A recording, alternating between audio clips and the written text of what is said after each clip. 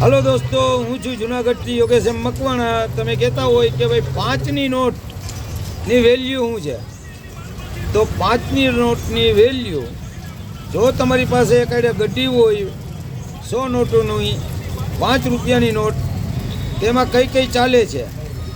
પહેલી વહેલી નોટ ચાલે છે રામા રેડી.